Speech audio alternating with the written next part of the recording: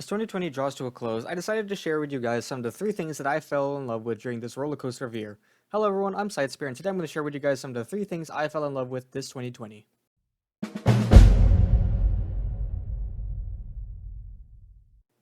The first one on this list is an anime which I have fallen in love with to a certain degree. That is Girls und Panzer, or in English, Girls and Tank, or in German, Mädchen und Panzer.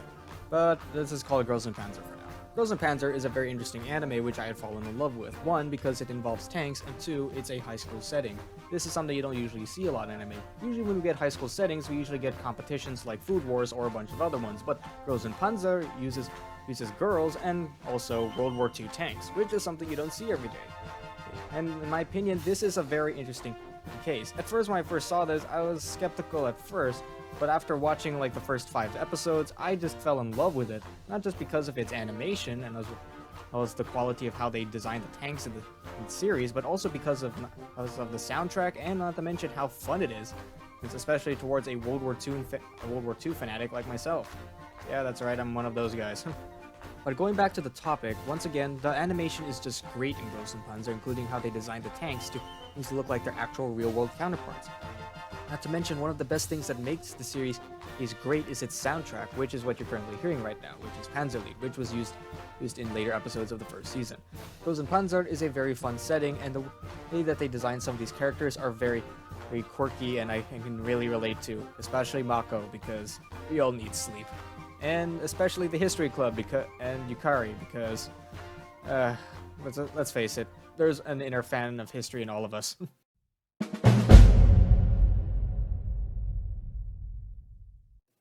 The next one is another series which I too have fallen in love with too, but however I have fallen in love with to such an extent that there's so much I can't explain without spoiling the rest of the game, so cut to the chase. Danganronpa is not just an anime but mostly a video game series. To be specific, a visual novel video game series, which also comes with an anime later on. Danganronpa is a very interesting scenario because the idea is that you are one of 16 students which are forced to murder each other. The premise is that you are one of 16 students locked in a closed environment, and one of you being allowed to leave if you can get away with murder. You, as the main protagonist, have to keep going through class trials every time one of you or 2 of you is murdered. Through these class trials, you and the remaining survivors of your classmates have to keep finding out each next murderer after each new classmate is murdered, up to the point where you confront the mastermind. This is a very, very interesting game, and I love it. Especially the dynamic between hope versus despair is something you don't usually see in games. Usually it's like good versus evil and light versus dark, but the idea of hope versus despair is a very, very compelling and very interesting scenario and conflict, which I love. And so this is all I have to say for Danganronpa, but overall it's such a great series, and with the news that there could be another Danganronpa game coming soon, it's just delicious.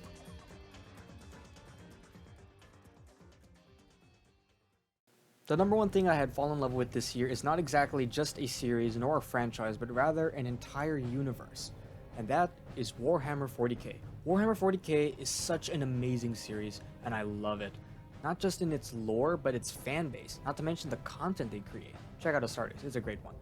Warhammer 40k is such an expansive universe, not just in the lore of its units, but also each race, the planets, even the little armor pieces have a bit of lore in them.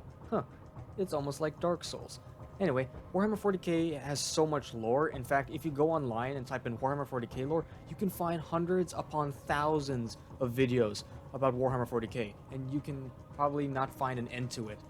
In fact, one of the things that drew me to the fanbase was its community. As I stated, because of the content they make. Some of them are badass like Astartes, and some are just outright funny like the parody series called If the Emperor Had a Text-to-Speech Device, which I highly recommend. In fact, one of the things that I'm doing right now is playing one of the Dawn of War games, specifically Dawn of War Dark Crusade, and I've also recently got my first Chaos Space Marine in Codex, as well as my first Chaos Space Marine in Lord Miniature, which I have now assembled, as you can see here. Anyway, those are the 3 things that I have fallen in love with this 2020. What are some of the things you fell in love with this 2020? Type it down in the comments. I'm Sidespear, stay informed.